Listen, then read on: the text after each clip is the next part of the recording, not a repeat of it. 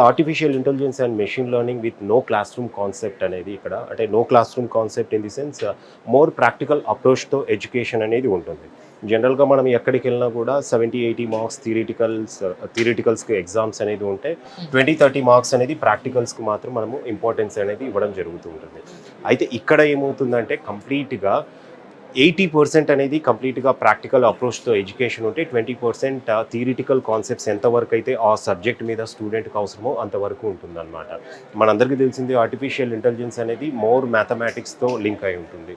ఇప్పుడు computer science ఇంజనీరింగ్లో మనము artificial intelligence and machine learning అనేది no classroom concept with centre of ఎక్సలెన్స్తో మనం కొలాబరేట్ ఆఫర్ చేస్తున్నామండి.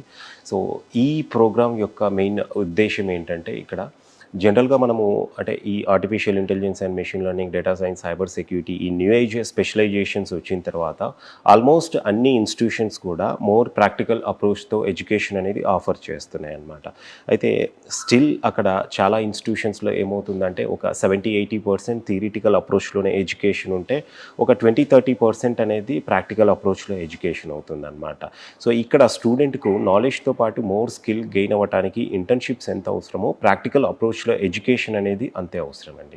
సో దీనికి మనం ఏం చేస్తున్నామంటే ఇక్కడ 20% థియరిటికల్ కాన్సెప్ట్స్ ఉంటే 80% ప్రాక్టికల్ అప్రోచ్లోనే ఎడ్యుకేషన్ ఉంటుంది. అంటే ఇక్కడ క్లాస్ రూమ్ అనేది ఉండదన్నమాట. స్టూడెంట్ ల్యాబొరేటరీలోనే వీళ్ళకు ఈ 4 years ప్రోగ్రామ్ ఉంటుంది.